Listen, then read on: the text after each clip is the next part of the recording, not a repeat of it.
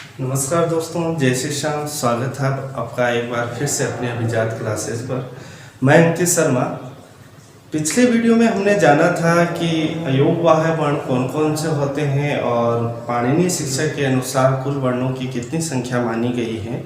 संस्कृत वर्णमाला में हमने स्वर और व्यंजनों के बारे में देखा कि स्वर कितने होते हैं और व्यंजन कितने होते हैं। आज हम चर्चा करेंगे कि जो वर्ण हैं संस्कृत वर्णमाला में उनके उच्चारण स्थान क्या क्या होते हैं। तो आइए हम चर्चा करते हैं उच्चारण स्थान के विषय में। तो टॉपिक है आज का हमारा उच्चारण स्थान। क्या टॉपिक है? उच्चारण स्थान। सबसे पहले हम बात करें कि उच्चारण स्थान क्या होता है, तो हम जानेंगे कि किसी भी वर्ण का उच्चारण करने पर हमारे मुख में कोई भी एक अंग सबसे अधिक सक्रिय हो जाता है, या हम कहें कि एक अंग अधिक क्रियाशील हो जाता है, और जो अंग अधिक क्रियाशील हो जाता है वही उस वर्ण का उच्चारण स्थान माना जाता है। या हम कहें कि वर्ण जहाँ से उत्पन्न होता है वह उसका उच्चारण स्थान माना जाता है। तो हम कहेंगे कि उच्चारण स्थान किसे कहते हैं कि वर्ण जहाँ से उत्पन्न होता है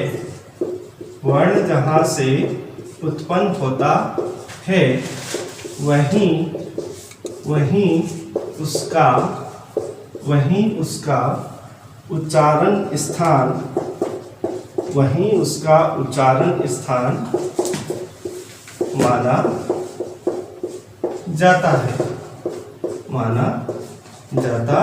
है। जैसे एग्जाम्पल के तौर पर हम समझें तो जैसे मान लो प वर्गीय जो व्यंजन है उनका उच्चारण हम बिना होंठ को चिपकाए नहीं कर सकते हैं। अर्थात बिना होंठ चिपकाए अगर हम उनका उच्चारण करेंगे तो उच्चारण करना संभव नहीं है। इसलिए प वर्गीय व्यंजन वर्णों का उच्चारण करने पर जो अंग सबसे अधिक क्रियाशील होगा, और वो अंग कौन सा है? ओष्ठ। इसलिए हम ओष्ठ को प वर्गीय व्यंजन वर्णों का उच्चारण स्थान मानते हैं।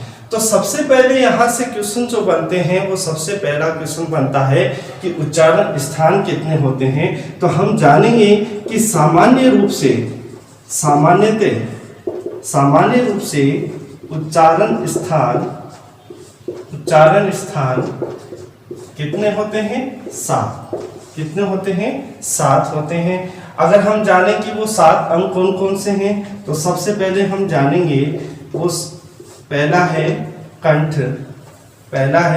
कंठ, दूसरा है तालु, तीसरा है मूर्धा, चौथा है दंत, पांचवा है ओष्ठ। कौन सा है? ओष्ठ। और 6 नंबर पे है जिह्वा मूल, और 7 नंबर पे है नासिका। कौन सा है? नासिका। देखिए, सामान्य रूप से उच्चारण स्थान की संख्या पूछे तो उच्चारण स्थान सामान्य रूप से, या हम कहें कि मूल रूप से उच्चारण स्थान कितने होते हैं? 7 होते हैं। और वो 7 कौन कौन से हैं? पहला है कंठ, तालु, मूर्धा, दंत, ओष्ठ, जिह्वा मूल और नासिका। अब हम अगर बात करें कि पाणिनीय शिक्षा के अनुसार उच्चारण स्थान कितने होते हैं, तो पाणिनीय शिक्षा के अनुसार उच्चारण स्थानों की संख्या कितनी मानी जाती है? 8 मानी जाती है। कितनी मानी जाती है? 8 मानी जाती है। तो हम लिखें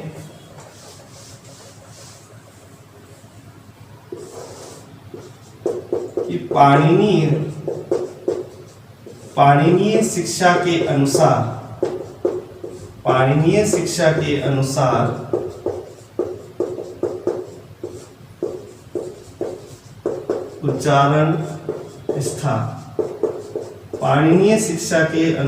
उच्चारण स्थान कितने हैं? 8 हैं। कितने हैं? 8 हैं। और उन्होंने 8वां जो उच्चारण स्थान माना है वो माना है उरस को। हम कह सकते हैं उरस किसको कहते हैं? हृदय को। उन्होंने इन 7 उच्चारण स्थानों के अलावा उरस को भी सामान्य रूप से उच्चारण स्थान माना है। अब हम बात करते हैं कि सामान्य रूप से उच्चारण स्थानों की संख्या 7 होती है और पाणिनीय शिक्षा के अनुसार उच्चारण स्थान 8 होते हैं। अब एक क्वेश्चन यहाँ से ऐसा बनता है कि 2 उच्चारण स्थान वाले वर्णों की संख्या कितनी है, या हम कहें ऐसे वर्ण कितने हैं जिनके उच्चारण स्थान 2 होते हैं। तो हम जानेंगे कि 2 वर्ण वाले उच्चारण स्थानों की संख्या, 2 उच्चारण स्थान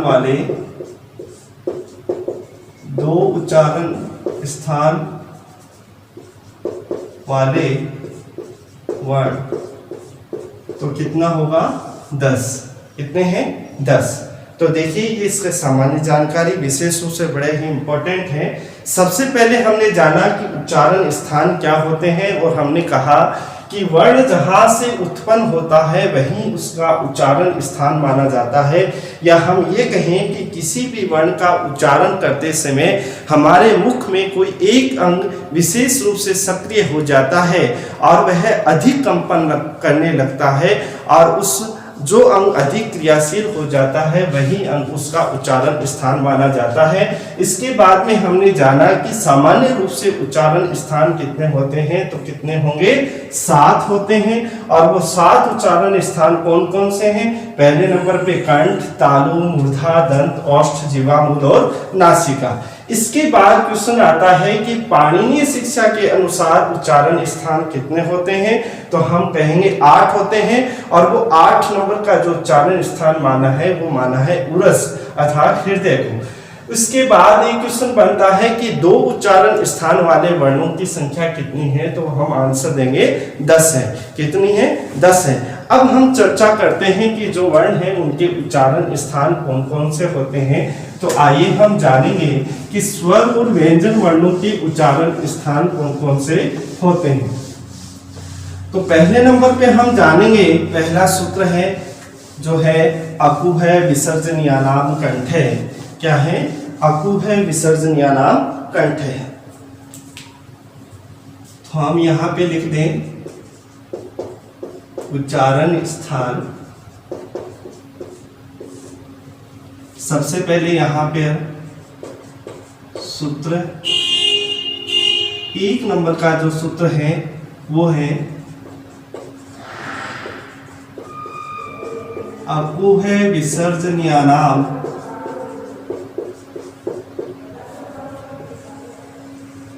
अकु है विसर्जनीयानाम कंठ है। अकु है विसर्जनीयानाम कंठ है। देखिए पहला सूत्र है अपना अकु है विसर्जनीयानाम कंठ है। अब यहां पर हम लिखते हैं स्वर और व्यंजन। देखिए अकु है, पहले है ए। क्या है? ए के साथ हम इसका दीर्घ रूप लेंगे तो क्या हो जाएगा? आ। क्या हो जाएगा?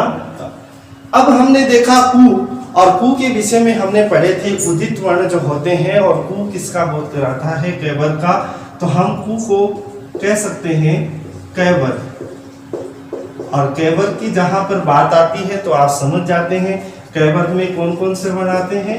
कै, खे, गे, घे और गे। कै, खे, गे, घे, गे। और उसके बाद है, उसके बाद विसर्ग। इनका उच्चारण स्थान क्या होता है? कंठ होता है। क्या होता है इनका उच्चारण स्थान? कंठ होता है। एक बार फिर से देखिए, पहला सूत्र है अकु है विसर्जनीयानाम कंठे। ए के साथ हमने सामान्य रूप से इसका दीर्घ रूप लिया आ, और उसके बाद कु का मतलब है यहाँ पर कैवर। कैवर का मतलब गे है, और विसर्ग। इनका उच्चारण स्थान क्या माना जाता है? कंठ माना जाता है। और कंठ से उच्चारित होने के कारण हम इनको और किस नाम से जानते हैं? कंठे वर्ण भी कहते हैं। क्या कहते हैं? कंठे वर्ण भी कहते हैं। इन वर्णों का उच्चारण करते समय हमारे कंठ जो है, इन कंठों का क्या होता है, थोड़ा विस्तार होता है, इसलिए हम इन वर्णों का उच्चारण स्थान क्या मानते हैं, कंठ मानते हैं। दूसरे नंबर का जो सूत्र है वो है इचु यसानाम तालु, इचु यसानाम तालु, इचु यसानाम तालु। देखिए ई है, ई के साथ इसका दीर्घ रूप क्या हो जाएगा, ई,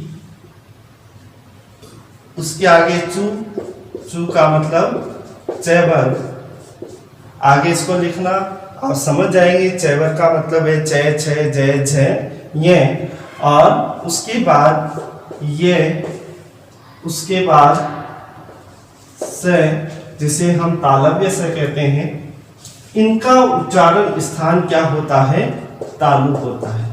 इनका उच्चारण स्थान क्या होता है, तालु। एक बार पुनः देखें, इचु यसानाम तालु, ई के साथ हम इसका दीर्घ रूप ई लेंगे। चू का मतलब यहाँ जय वर्ग है, जिसमें जय, छे, जय, जय, ये और स, इनका उच्चारण स्थान क्या होगा, तालु होगा। अब बात आती है ये तालु क्या होता है, तो देखिए तालु वाला जो भाग है, हमारे जो ऊपर के दांत है, ऊपर के दांत के जस्ट पीछे का जो हिस्सा है उसे हम तालु कहते हैं। तो अब अगर आप इनका उच्चारण जब करेंगे, आप बोलेंगे च, छ, ज, झ, ये, तो हमारी जो जिह्वा है वो जिह्वा जो है वो तालु को स्पर्श करती है, इसलिए इन वर्णों का उच्चारण स्थान क्या माना जाता है, तालु माना जाता है। अब आगे हम तीसरे सूत्र की बात करें तो होता है ऋतु रसाणाम मूर्धा, ऋतु रसाणाम मूर्धा। कौन सा सूत्र है, ऋतु रसाणाम मूर्धा। तो री आ गया और री के साथ अपना क्या आएगा, बड़ा री आ जाएगा। टू, टू का मतलब यहाँ पे क्या है, टै वर्ग है, क्या है, टै वर्ग है, और इसके साथ रे, और रे के साथ श, क्या होगा, श। इनका उच्चारण स्थान हम क्या मानते हैं, मूर्धा, क्या मानते हैं, मूर्धा। अब जो तालु होता है, तालु से जस्ट आगे का हिस्सा जो होता है उसको हम मूर्धा के नाम से जानते हैं। जब इन वर्णों का उच्चारण स्थान हम करते हैं तो हमारी जो जिह्वा है वो तालु से थोड़ा और आगे जाती है। जैसे हम बोलेंगे ट, ठ, ड, ढ, ण, तो हमारी जो जिह्वा है वो तालु से और आगे की तरफ जाती है, इसलिए हम इन्हें क्या कहेंगे, मूर्धा। और ऐसे वर्णों को हम किस नाम से जानते हैं, मूर्धन्य वर्ण के नाम से जानते हैं, और इन्हें हम तालव्य वर्ण के नाम से जाने। इसके बाद आगे सूत्र आता है, ऋतु रसानाम के बाद आएगा ऋतु लसानाम दंतः, ऋतु लसानाम दंतः, ऋतु लसानाम दंतः। इसमें क्या आएगा, ऋ, और जैसा कि आप सभी जानते हैं ऋ का दीर्घ रूप नहीं होता है, और ऋ के बाद में आएगा तू, और तू का मतलब यहाँ पर है तय वर्ग, जिसे हम कहेंगे तय, थे, दे, थे, ने, और उसके बाद में ले, और इसके बाद से, क्या, से, सिक्कर वाला। इनका उच्चारण जो स्थान होता है वो क्या होगा, दंत होगा, क्या होगा, दंत। और हम इन्हें क्या कहेंगे, दंत्य वर्ण कहते हैं। हम इन्हें किस नाम से जानते हैं, दंत्य वर्ण। ध्यान से देखें, यदि आप इन वर्णों का उच्चारण स्थान देखेंगे तो जब इनका उच्चारण आप करेंगे तो हमारे जो जिह्वा है वो जिह्वा, जो जीभ है वो दांतों को स्पर्श करती है। यदि दांतों को स्पर्श नहीं करेंगे तो इनका उच्चारण करना संभव नहीं होता है। आगे हम अगर बात करें तो अगला सूत्र होगा उपधमानिया नाम, उपधमानिया नाम ओष्ठो, उपधमानिया नाम ओष्ठो। अगला सूत्र होगा उपधमानिया नाम ओष्ठो। इसमें कौन कौन से वर्ण आएंगे, तो ऊ आ जाता है, ऊ के साथ इसका दीर्घ रूप लेंगे ऊ। आगे है ऊ मतलब पै वर्ग, जिसमें पै फै बै भै मैं आते हैं। इसके बाद में अगर हम बात करें तो आएगा उपधमानीय वर्ण। और उपधमानीय वर्ण पिछले वीडियो में हमने जाना था, एक हमने देखा था जीवामूल्य वर्ण और एक होता है उपधमानीय वर्ण।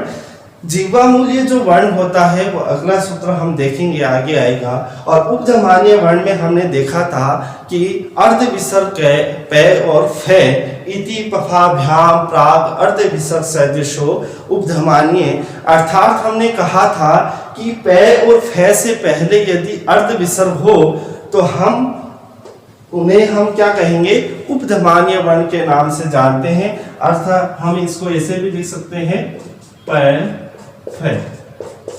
कहने का मतलब है जो अर्ध विसर्ग पै और फै होता है इनका उच्चारण स्थान क्या होता है, ओष्ठ होता है। क्या होता है, ओष्ठ होता है।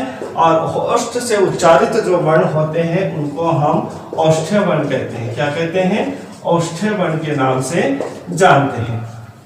तो अब तक हमने देखा कि जो सूत्र है, पहले नंबर पे हमने देखा अकु है विसर्जन या नाम कंठ है, ए आ और कु मतलब कैवर है और विसर्ग इनका उच्चारण स्थान होता है कंठ, और कंठ से उच्चारित होने वाले जो वर्ण है उन्हें हम अंठ्य वर्ण के नाम से जानते हैं। अगला सूत्र था इचु यशा नाम तालु, ई और चू मतलब चैवर ये और से इनका उच्चारण स्थान क्या होता है, तालु होता है। और तालु से उच्चारित वर्ण तालव्य वर्ण कहलाते हैं।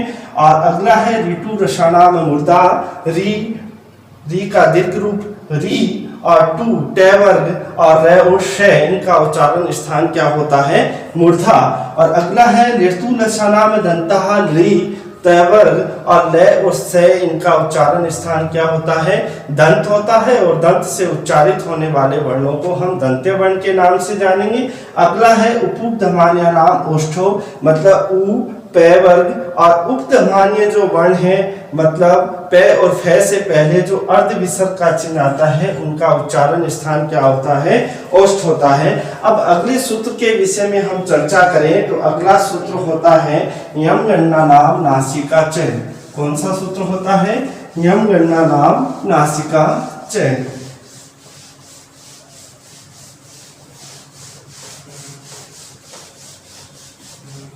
देखिए अगला सूत्र है यम गणना नाम नासिका चयन।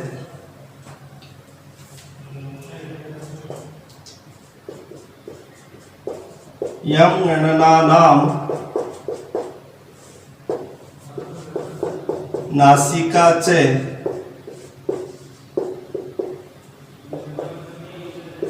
इनमें जो अनुनासिक जो वर्ण माने जाते हैं, हम कह सकते हैं कि हर वर्ग का या किसी भी वर्ग का जो पंचम वर्ण होता है उनका उच्चारण स्थान क्या माना है, नासिका माना है।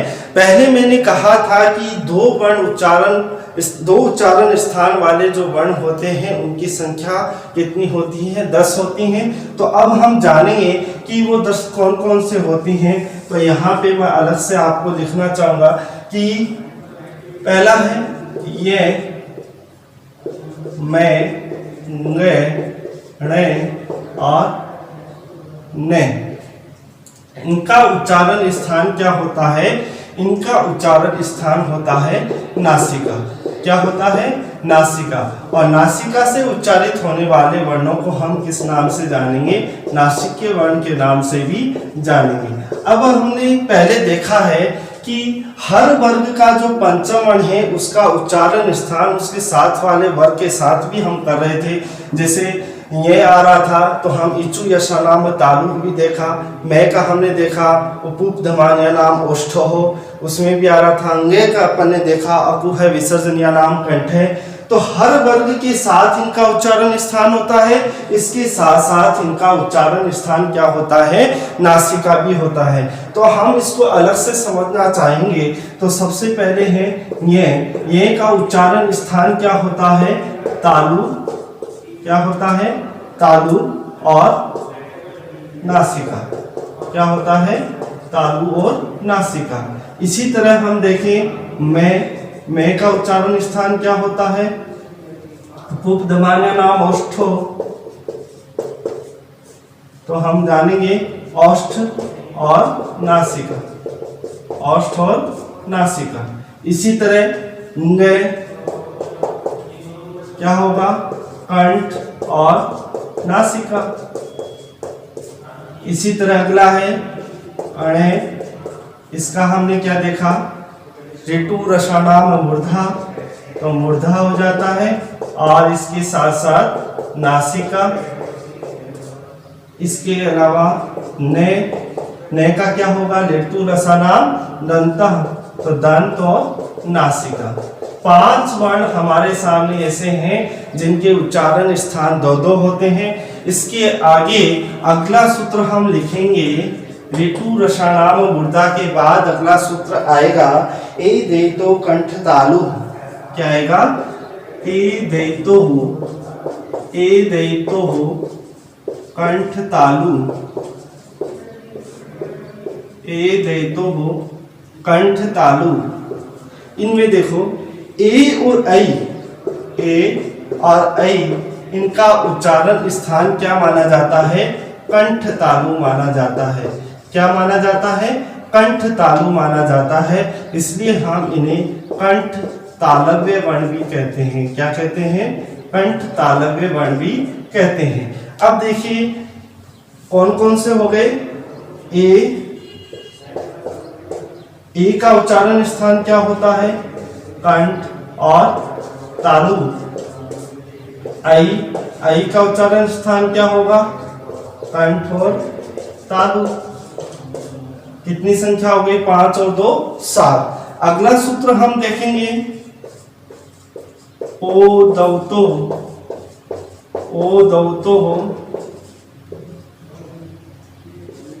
कंठोष्ठम, ओ दौतो कंठोष्ठम, मतलब ओ और औ, इनका उच्चारण स्थान क्या होता है? कंठ और ओष्ठ।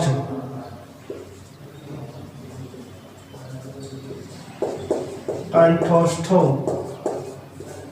और कंठ और ओष्ठ से उच्चारित होने के कारण हम इनको क्या कहेंगे? कंठोष्ठम भी कहेंगे। कंठोष्ठम कर दो इनको, सॉरी। ठीक है। अब अगर हम यहां लिख सकते हैं ओ और औ, इनका उच्चारण स्थान क्या होता है? कंठ और ओष्ठ।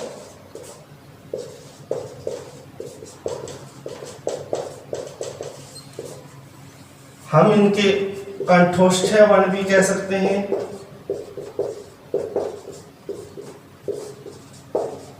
अब देखिए अगला सूत्र है वकारस्य दंतोष्ठम, वकारस्य दंतोष्ठम,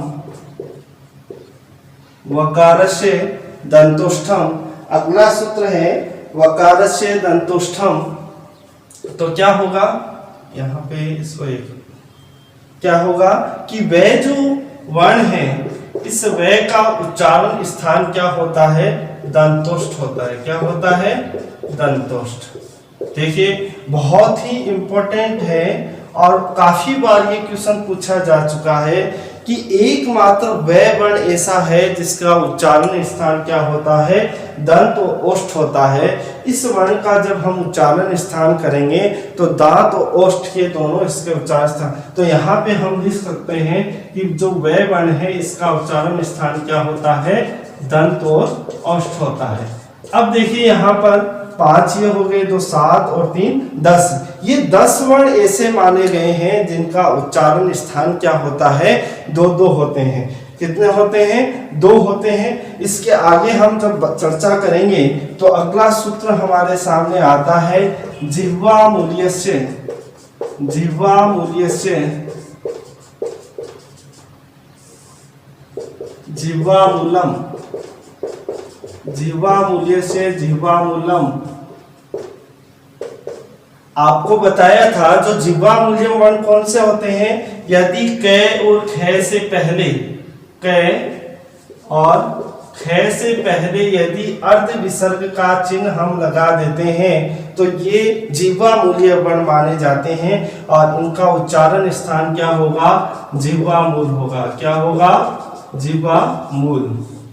जिह्वा मूल से उच्चारित होने के कारण हम इसे, इसका उच्चारण स्थान क्या मानेंगे, जिह्वा मूल मानेंगे। अगला सूत्र है लास्ट सूत्र है नासिका अनुस्वारस्य। नासिका अनुस्वारस्य, नासिका अनुस्वारस्य मतलब जो अनुस्वार है, हम कहेंगे कि जो अनुस्वार है, अनुस्वार, इसका उच्चारण स्थान क्या माना जाता है, नासिका माना जाता है। क्या माना जाता है, नासिका माना जाता है। तो हमने देखा कि जो वर्ण है, स्वर और जो व्यंजन वर्ण है, उनके उच्चारण स्थान कौन कौन से होते हैं, कहाँ से उनका उच्चारण स्थान किया जाता है। 5 हमने पहले देखा था। 6 नंबर पे है यम गणना नाम नासिका च, मतलब जो अनुनासिक वर्ण है, हर वर्ग का जो पंचम वर्ण है, उनका उच्चारण स्थान क्या माना गया है, नासिका। अब यहाँ से एक क्वेश्चन बनता है, यदि मान लो आपसे पूछा जाए कि जो मैं वर्ण है उसका उच्चारण स्थान क्या है, और यदि ऑप्शन में आपको मैं का उच्चारण स्थान, यदि ऑप्शन में ओष्ठ और नासिका दोनों है, तो हमारे सामने समस्या ये आती है कि हम सही उत्तर कौन सा माने। तो ऐसी स्थिति में आपको जो नासिका जो उच्चारण स्थान है, इसी को सही मानना है और इसी पे सही का टिक करना है। तो देखिए ये जो 5 वर्ण हैं, इन 5 वर्णों के 2-2 उच्चारण स्थान माने गए हैं। यहाँ पे हमने लिखा कौन कौन से हैं। इसके बाद अगला सूत्र हमने देखा ए दैतो कंठ तालु। ए और जो ऐ है, इनका उच्चारण स्थान क्या माना है, कंठ माना है। अब आप कहेंगे ए और ऐ का उच्चारण स्थान कंठ कैसे है, तो मैं एक बार आपको बताना चाहूँ कि ए कैसे बनता है। यहाँ हम गुण संधि करके करते हैं, ए और ई के संयोग से क्या बनता है, ए बनता है। और ए का उच्चारण स्थान हम क्या मान रहे थे, अकु है, विसर्जन या नाम कंठ है, तो ए का उच्चारण स्थान हो गया कंठ। और ई का क्या मान रहे थे, इचु यसा नाम तालु, तो ई का क्या हो गया, तालु। तो इन दोनों के संयोग से ए बनने के कारण का उच्चारण स्थान क्या होता है, कंठ तालु। ठीक है। इसके बाद हमने देखा ओ दौतो कंठोष्ठम। इसी तरह से ये ए में हम अगर उ बनाते हैं तो इनके संयोग से या गुण संधि होकर ओ बनता है, और ए का उच्चारण स्थान कंठ होता है और उ का उच्चारण स्थान क्या होता है, उपउद्यमान या नाम ओष्ठ है। इस तरह से इनका उच्चारण स्थान क्या हुआ, कंठोष्ठ। अगला है वकारस्य दंतोष्ठम। जो वह जो वर्ण है, इसका उच्चारण स्थान क्या होता है, दंतोष्ठ होता है। बहुत ही अच्छा क्वेश्चन है, काफी बार ये क्वेश्चन आ चुका है। वैसे तो हर सूत्र से एक क्वेश्चन बनता है। इसके बाद हम चर्चा कर रहे थे जिह्वा मूल्य से जिह्वा मूलम।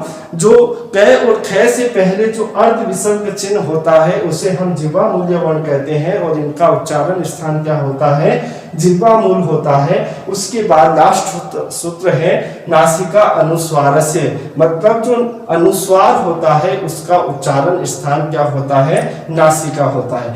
अब हमने इसके अलावा हमने जब वर्णमाला देख रहे थे और हमने जाना कि पाणिनीय शिक्षा के अनुसार एक यम वर्ण माने थे 4, कुम खुम घुम घुम, उनका उच्चारण स्थान भी हम क्या मानते हैं, उनका उच्चारण स्थान भी नासिका को ही माना जाता है। तो आज हमने चर्चा की कि वर्णों के उच्चारण स्थान कौन कौन से होते हैं। एक बार मैं पुनः दोहराना चाहूंगा कि जो क्वेश्चन वेरी इंपॉर्टेंट की सामान्य रूप से जो उच्चारण स्थान है उनकी संख्या 7 होती है। पाणिनीय शिक्षा के अनुसार जो उच्चारण स्थान है उनकी संख्या 8 होती है, और उन्होंने 8वां जो उच्चारण स्थान माना है वो माना है उरस को, जिसे हम हृदय कहते हैं। और अगला क्वेश्चन ये बनता है कि ऐसे कितने वर्ण हैं जिनका उच्चारण स्थान 2-2 होते हैं। तो हमने चर्चा की ऐसे कितने हैं, 10 वर्ण ऐसे हैं जिनके उच्चारण स्थान 2-2 होते हैं। तो दोस्तों आज हमने जाना वर्णों के उच्चारण स्थान के विषय में। आशा करता हूँ वीडियो अच्छा लगा हो तो सब्सक्राइब करें, शेयर करें और लाइक करें। जय श्री कृष्ण।